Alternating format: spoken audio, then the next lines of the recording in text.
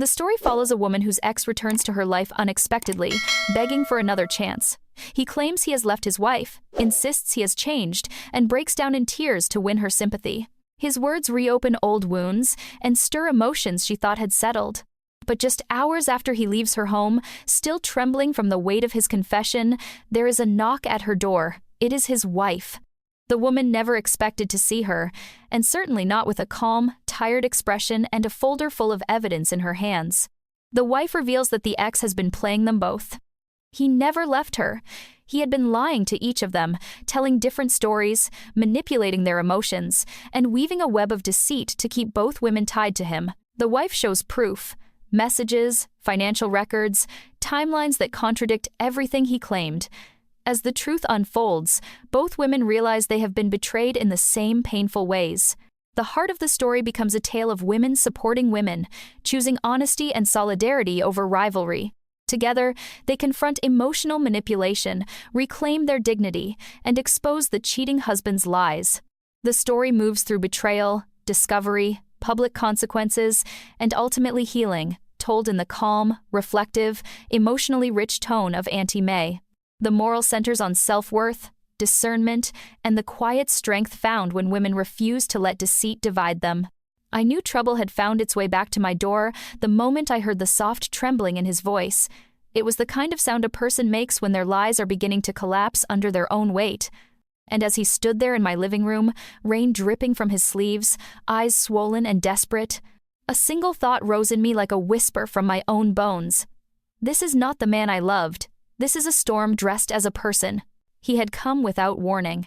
I had been standing at my kitchen counter, stirring a pot of ginger tea, letting the evening settle into its quiet rhythm. Then came a knock that made the spoon in my hand pause mid-air. When I opened the door, the past stepped inside as if it still had the right to do so. He kept rubbing his palms together, his breath hitching as though he could not quite steady himself. He talked fast at first, his sentences stumbling over each other. All I heard was that he had left his wife, that he had made the biggest mistake of his life, that he still loved me, that he had changed. The room felt too small for all his emotions. My heart beat slow and careful, like it was waiting to see which version of him had come back.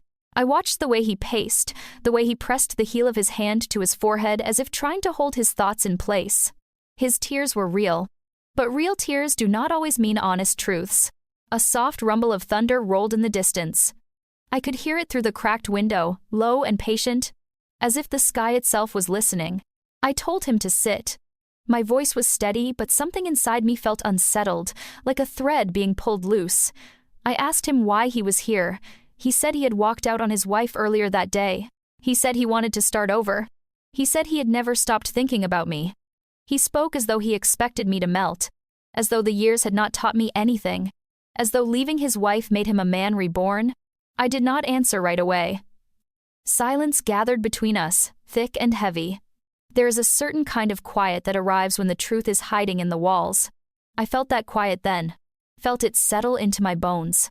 The tea kettle whistled from the kitchen. I stepped away from him to turn it off, grateful for the small distance. My hands trembled slightly, though I hoped he could not see it. Something about his story felt incomplete, frayed, like a rope worn thin from too many hands pulling on it. Then came the second knock. Not loud, not urgent, just a firm, steady tap that carried a weight all its own. I froze where I stood, the kettle still warm beneath my fingers. He went pale, his eyes widened, the panic rising in them like a flame meeting dry leaves. I walked to the door slowly. My heartbeat had become a drum. When I opened it, the world seemed to shift, reshaping itself in front of me. His wife stood on my porch. The porch light fell across her face gently, revealing eyes tired from sleepless nights and a jaw set in quiet determination. Her clothes were still damp from the same rain he had walked through, but she held herself with a calm steadiness that made the air between us feel anchored. In her hands was a folder, thick, worn at the edges. It sagged slightly from the weight of its contents. She greeted me softly. Her voice did not tremble. It carried none of the desperation that had filled my living room only moments before. Behind me, I heard him whisper my name. A small, broken sound. The kind of sound a person makes when the truth has finally caught up. The wife placed a gentle hand against her chest, took a slow breath, and said she needed to talk to me, not to him, to me. Rain tapped lightly against the porch roof. Somewhere in the neighborhood, a dog barked once and then fell silent. Time itself seemed to hold still. I stepped aside to let her in. She moved past me with grace and a dignity that made my throat tighten. She did not look at him, not even once. She went straight to the dining table, set the folder down, and opened it as if she had rehearsed this moment for far too long. Inside were papers, screenshots, receipts, bank statements, printed messages in familiar handwriting, dates and timelines that stretched like a trail of breadcrumbs, leading to a truth I had not yet seen clearly. My heart sank before I even read a single line. He stood behind us, breathing hard, offering fragments of explanations that did not reach either of us. His words broke apart in the air like dust. The wife did not raise her voice. She simply laid out the pages, one by one, her movements calm and deliberate, like someone unspooling the final thread of a long, painful story. And in that moment, before a single word of the truth was spoken aloud, I understood something deep and sharp. We were both standing on the edge of the same betrayal. The kettle clicked as it cooled. The rain softened. The room filled with a kind of silence that reveals more than any confession ever could. That was the night his lies opened themselves before us. That was the night two women realized they had been living inside the same storm. Before that night, my days moved with a quiet rhythm that felt almost fragile in its simplicity. I had worked hard to build a life that did not shake under the memory of him, a life that breathed evenly, like soft waves brushing against a familiar shore. My mornings began with the soft hum of my old ceiling fan and the smell of jasmine tea rising from the cup between my hands. I loved the silence of dawn, when the world had not yet decided what it would demand of me. I would sit by the window, watching pale light slip across the wooden floor, listening to the distant whir of neighbors starting their cars. It was a peaceful kind of loneliness, the kind that did not hurt. At work, I moved through my tasks with purpose. I managed a small community center, the kind of place where people came to learn things that made their lives feel fuller. Some came for cooking classes, others for knitting circles, book discussions, or late afternoon yoga. I greeted them all with the same gentle warmth, grateful for the sense of belonging their presence gave me. The center always smelled faintly of warm bread from the bakery across the street, and that scent clung to my clothes in a way that comforted me long after I locked the doors at the end of the day. Evenings were my favorite. I would return home, set my purse on the same hook by the kitchen door, and let the house settle around me. Sometimes I would cook a simple meal, letting the steam fog my glasses as I stirred vegetables in a pan. Other nights, I simply sat on the porch with a blanket wrapped around my shoulders, letting the cool air clear the clutter from my mind. It had taken me a long time to reach that stillness. When my relationship with him had ended, it was not with dramatic scenes or shouting. It ended with exhaustion. The kind of exhaustion that sinks into your bones and makes you question your own worth. He had drifted in and out of my life like a tide that refused to settle, never giving me enough to feel safe, yet never letting go enough for me to heal. Back then, everything about him felt large. His laughter, his promises, his presence. But eventually I realized that the space he took up was not real. It was made of empty words and shifting truths. The day I walked away from him, I felt a sharp ache behind my ribs, but also a small rising of breath. Freedom can sometimes feel like heartbreak at first. His wife was barely more than a shadow in my mind back then. I knew of her the way people know of strangers they pass in a grocery store aisle. I did not wish her harm. I did not wish her anything at all. My world no longer touched his, and if he had chosen her as his partner, that was a path I could not influence and did not wish to. Months passed. Then seasons. I grew lighter. My home became a place of refuge, instead of a place haunted by what-ifs. The walls, once echoing with memories I tried not to revisit, grew quiet and warm. I filled my shelves with books and small plants. I bought a soft rug for the living room. I let the life I had left behind settle like dust, untouched and undisturbed. People sometimes asked if I was lonely. I would smile and shake my head. Loneliness is not always the absence of company. Sometimes it is the absence of peace. And in those days, I had peace in abundance. But life is strange in the way it circles back, bringing unfinished stories to your doorstep when you least expect them. Looking back, there were signs that something was shifting.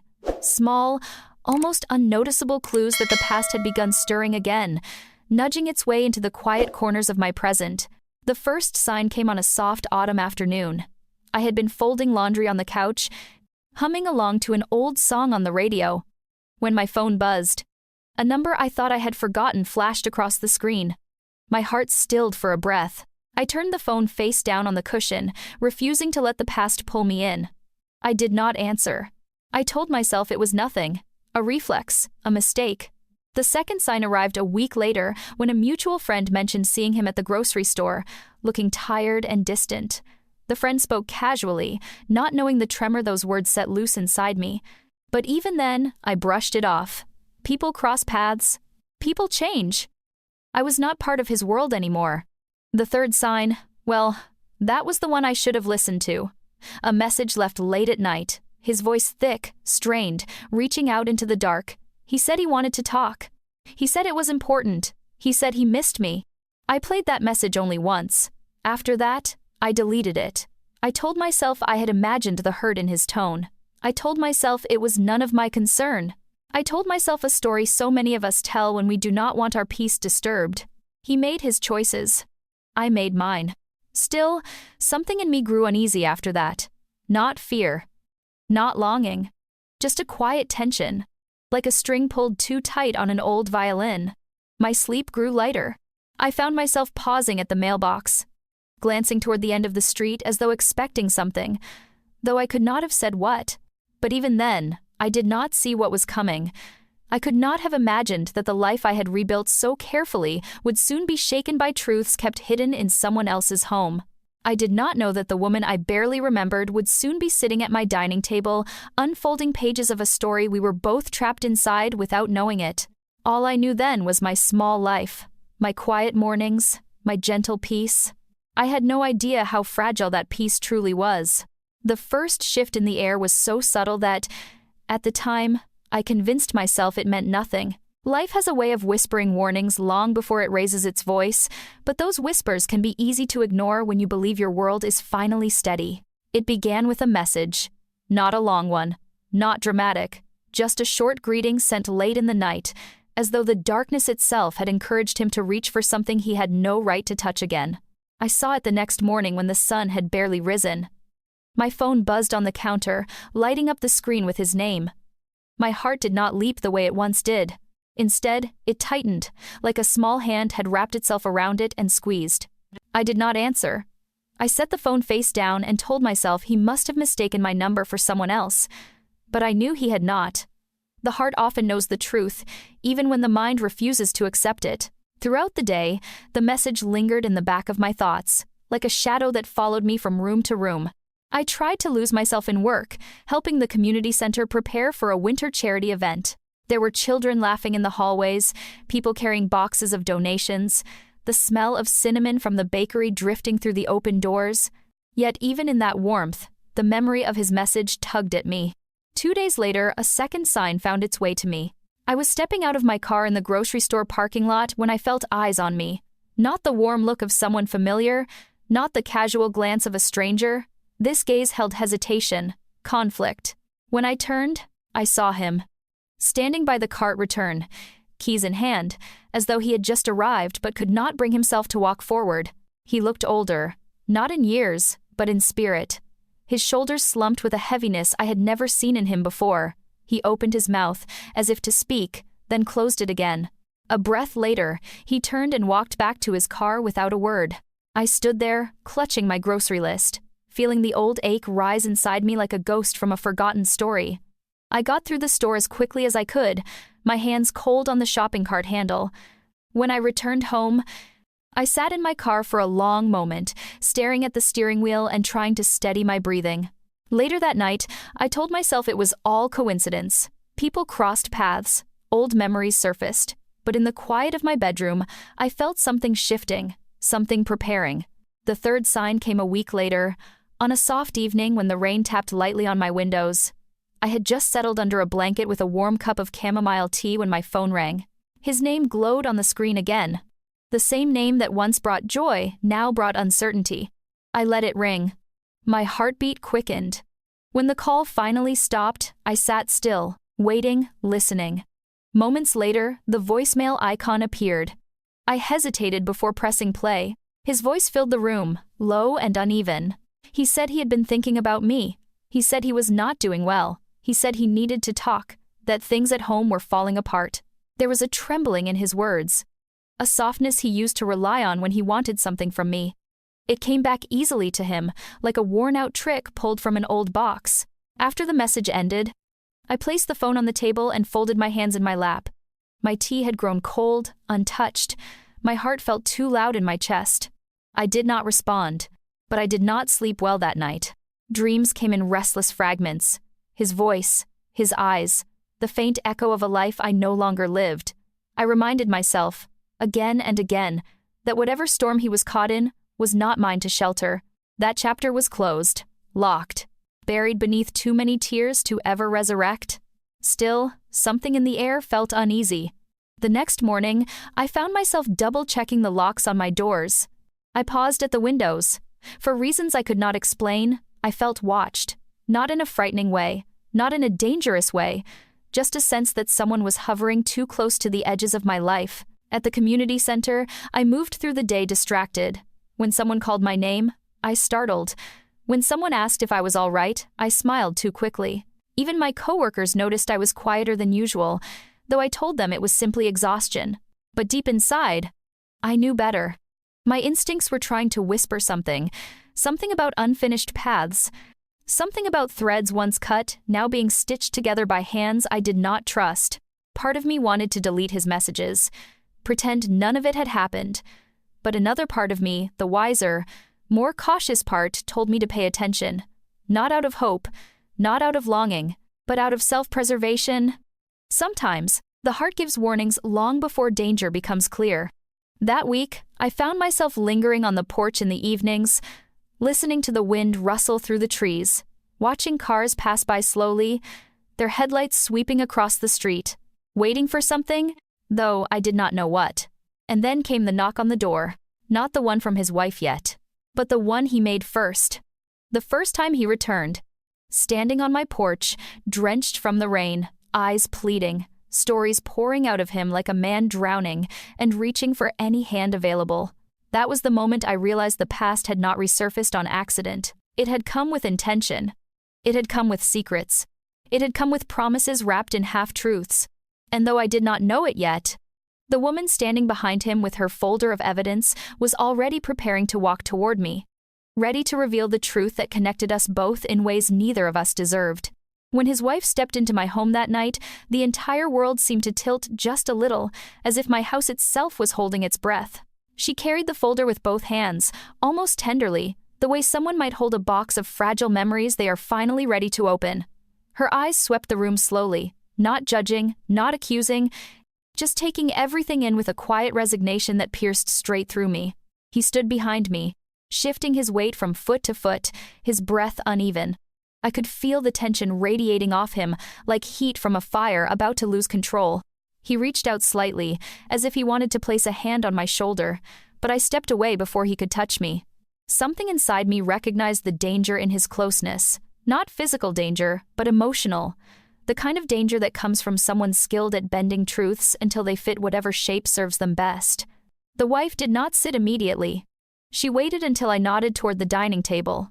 Only then did she pull out a chair and lower herself gracefully, smoothing her damp skirt with slow, deliberate movements. She opened the folder without looking at him. Her hands were steady, too steady for what she was about to show us. The first page she slid across the table was a printed message. I recognized the handwriting instantly. His handwriting, the loops, the spacing, the way he wrote my name like it belonged to him. The message was dated only a few days earlier. He had written to her about wanting to start fresh, about how he loved her, about how he was ready to be a better husband. I stared at the lines, each word sharp, slicing through the version of his story he had tried to sell me only hours before. He inhaled sharply behind me, but no explanation came. She placed the second page in front of me. This one hurt even more. A message from him to me, one he never sent, one I never received, words he had typed out and then deleted before pressing send. Beautiful, poetic lines of longing, promises, regrets. all crafted to pull at the exact parts of me that once ached for him. He had drafted the same message to both of us. Changing names, changing small details, recycling his affection like it was some kind of script he performed for whoever stood closest. I looked up at him then. His eyes darted toward the window, toward the floor, anywhere but mine. He was cracking. I could feel it. But even in that cracking, he was searching for a loophole, rehearsing excuses, forming new lies. The wife continued unpacking the truth slowly, page by page. Receipts of hotel stays, he claimed, were business trips, bank withdrawals made on days he insisted he was working overtime, screenshots of conversations where he fed her the same gentle apologies he had once fed me, the same half smiles, the same promises to do better. Every page was another piece of a puzzle that revealed a man who had been living two lives. But he had not built two homes of love. He had built two cages of manipulation, and somehow he had convinced both of us to step inside willingly. A deep tightness settled in my chest. It was not jealousy. It was not anger toward her.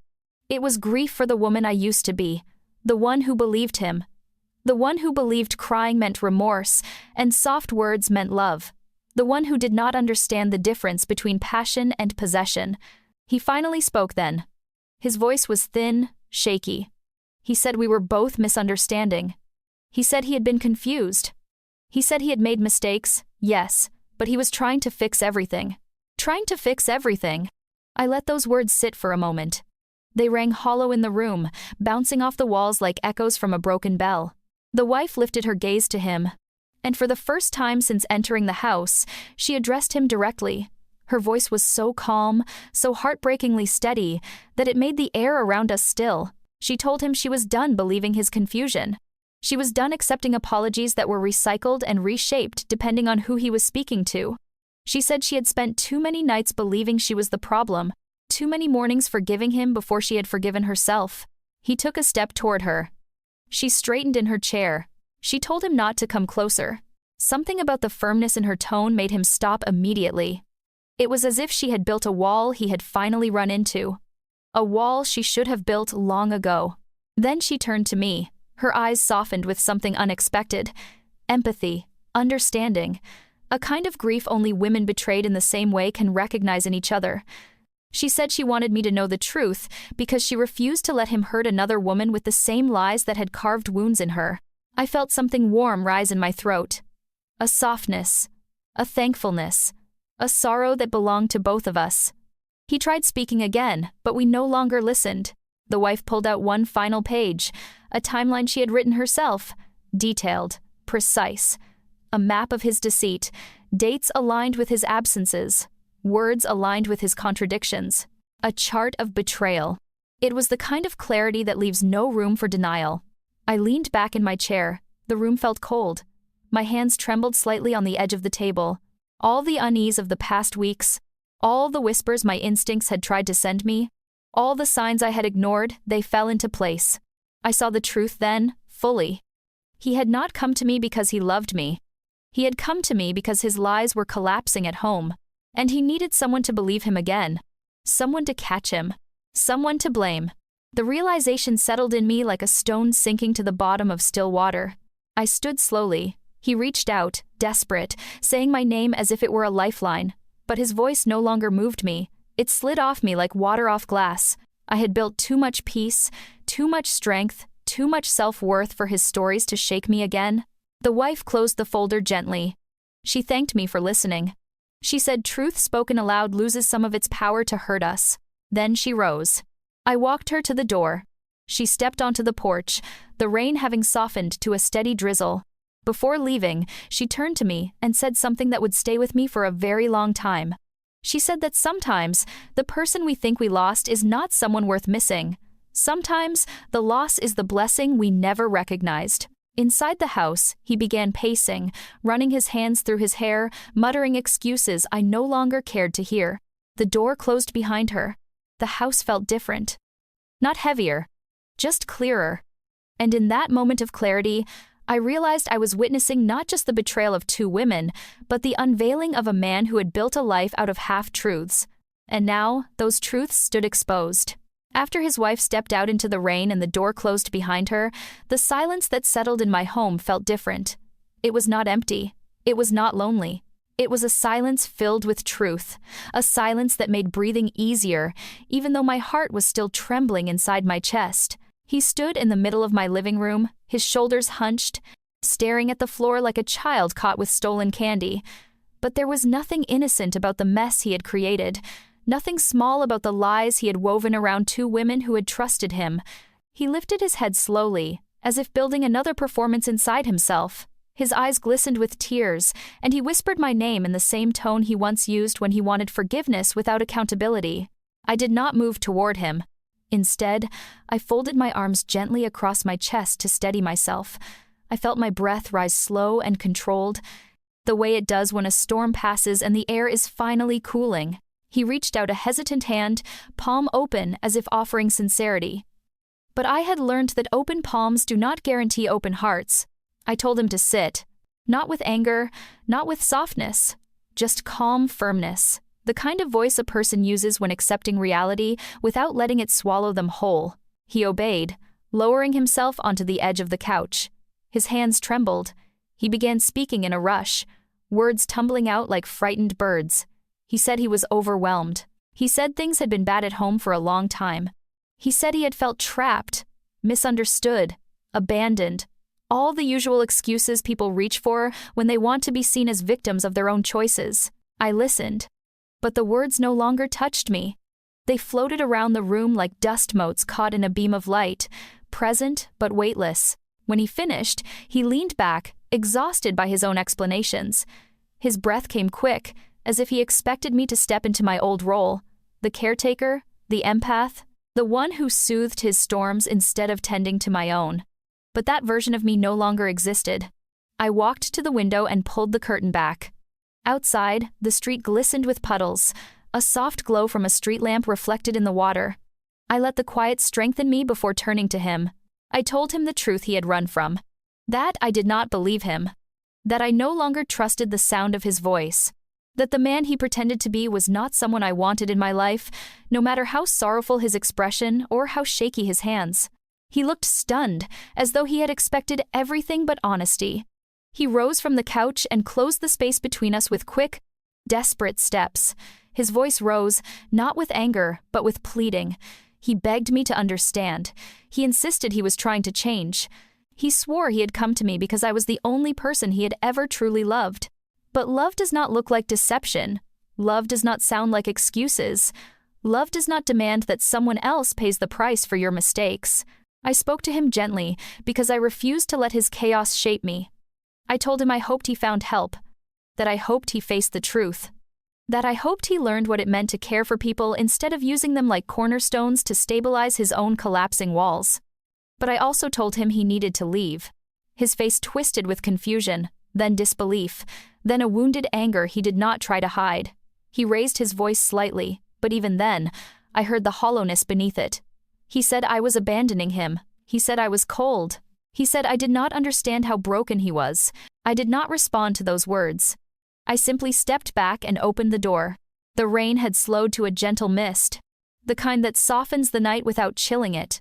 I told him again, calm and steady, that he needed to go. For a long moment, he stood in my doorway, shoulders shaking, breath uneven, eyes begging for sympathy I no longer carried. But the truth is this: sympathy without boundaries becomes self-destruction, and I had already lost enough pieces of myself to him once before. Finally, he stepped outside. He turned once, as if expecting me to run after him. When I did not move, something in him broke, not in the way that creates healing. More like a door slamming shut inside a person who has spent too long hiding. He walked down the steps slowly. The darkness swallowed him in pieces until he became nothing but a fading shape beneath the street lamp glow. When the door clicked closed, I leaned my back against it. My hands trembled with delayed fear and rising clarity. I slid down to the floor and drew my knees close, letting the quiet wrap around me. For the first time in a long time, I cried. Not because I wanted him back, not because I was heartbroken, but because truth can be heavy even when it frees you. Because betrayal carries a sting even when you survive it. Because seeing another woman suffer the same pain I once felt brought a tenderness to my soul I had not expected. The next morning, I awoke with a new steadiness.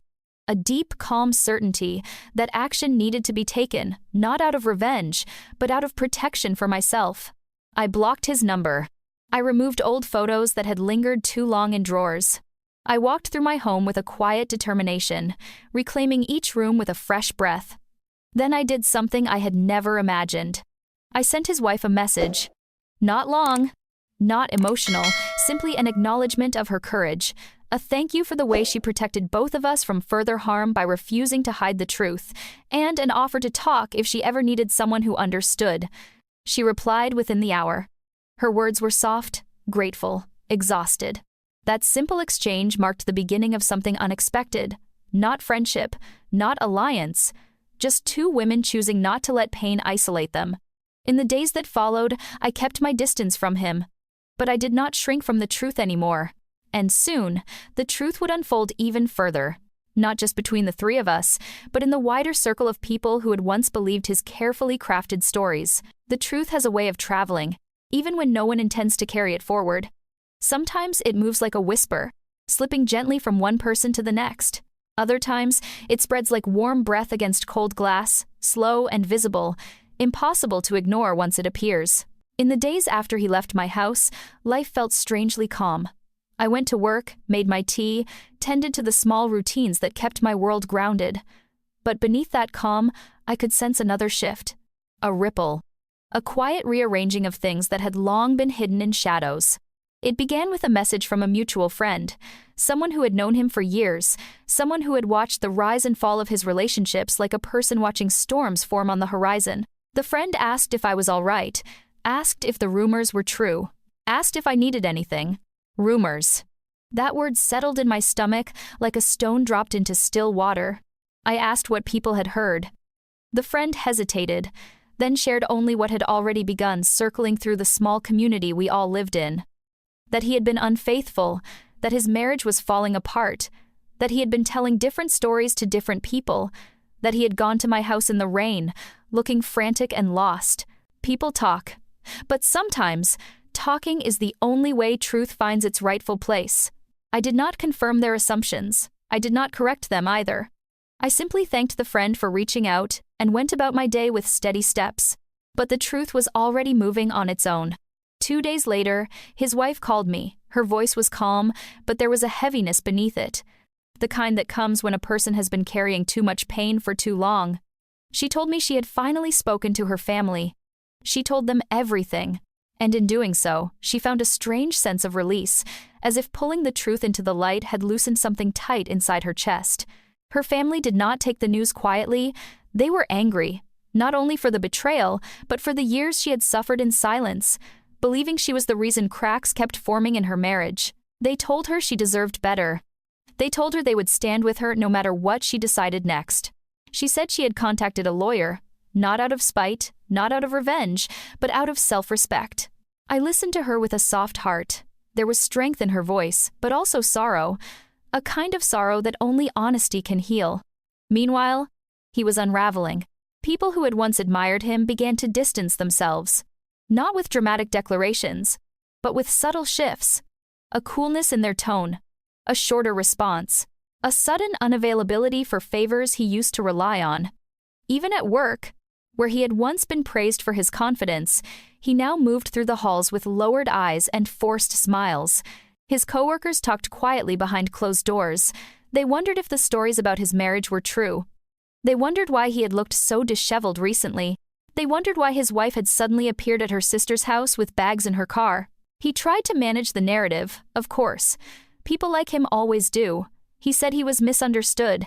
He said he was going through a hard time. He said he was the victim of lies. But lies told to protect oneself crumble quickly when too many eyes have seen the truth. His wife and I never shared details publicly. We did not need to. The truth already had enough weight of its own. Every now and then, people approached me gently at the community center. A coworker offered me extra help with my workload. A neighbor left a small bouquet of flowers on my porch with no note attached. It was not pity. It was support. Quiet, respectful support from people who understood the ache of betrayal, even if they had never felt it in the same way. But the most significant moment came one afternoon when I stopped by the grocery store.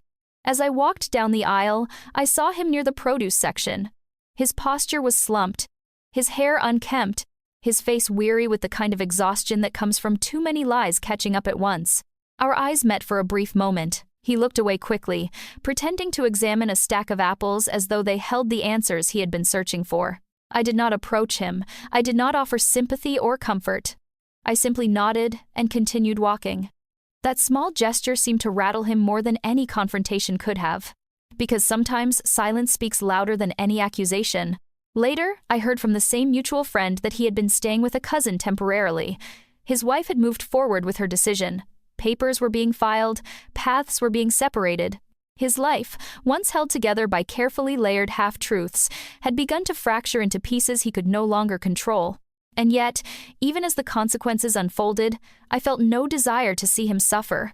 Pain has a strange way of softening when it is no longer attached to love. I did not wish him harm. I simply wished for distance. Women in the community who had known his wife approached her quietly in public places. Some offered hugs, others offered listening ears. She told me later that she felt seen for the first time in years, no longer hidden behind the image he wanted the world to believe. In the midst of all of this, she and I spoke occasionally. Short messages, simple check-ins, no long conversations, no digging into wounds, just mutual understanding, like two travelers who had walked through the same dark forest and emerged on different paths toward the same sunrise. His downfall was not dramatic. It was gradual, a soft collapse of credibility, people losing trust one by one. The image he had built like a carefully stacked tower began to sway, then tilt, then crumble under the weight of truth. And neither of us had to lift a finger. Life brought its own form of justice.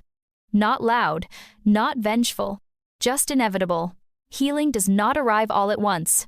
It does not burst through the door with grand gestures or triumphant music.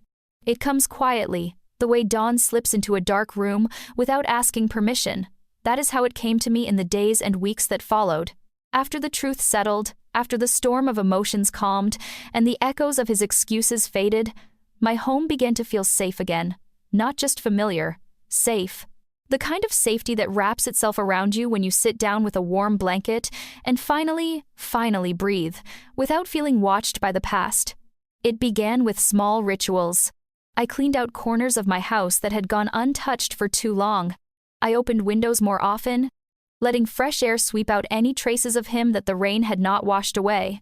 I organized shelves, tended to my plants, and let sunlight soak into the rooms. It was not about forgetting him. It was about reclaiming space. My evenings changed too. Instead of replaying that night in my mind, I spent time reading books I had long neglected. Sometimes I sat on the porch with a cup of tea and listened to the gentle hum of cicadas. Other times I wrote in a journal, letting my thoughts settle into words that felt honest and kind. Gradually, I noticed something shifting inside me. I no longer dreaded unexpected knocks on the door. I no longer startled when my phone buzzed. My heart no longer clenched when someone mentioned him in passing.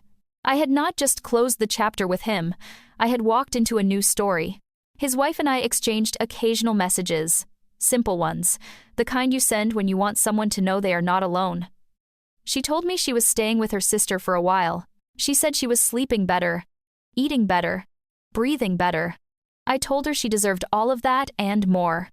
There was no animosity between us, no tension. Only a quiet understanding that formed naturally, like two branches leaning toward each other in the wind for balance. One afternoon, she sent me a short message. She said she had signed the final papers.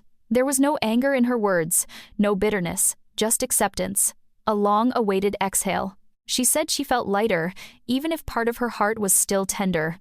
I sat with that message for a while, letting the weight of it settle gently in my chest. I wrote back, telling her I was proud of her, that she had chosen peace over chaos, that she had shown more strength than she likely realized.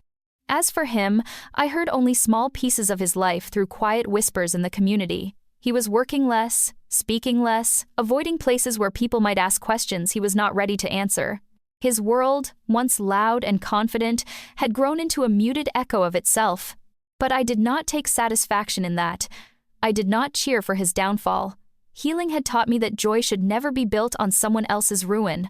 Instead, I wished him clarity. I wished him accountability. I wished him growth. but I wished all of it from a distance, where it could not touch me anymore. One evening, weeks after everything unfolded, I found myself sitting on the porch as the sky shifted from pink to deep blue. Fireflies began to flicker in the yard, their soft glow drifting lazily like tiny lanterns. I pulled my blanket closer and closed my eyes. A cool breeze brushed against my face, carrying the scent of fresh grass and distant rain. For the first time in a long time, I felt completely at peace. A different kind of peace than the one I had before he returned.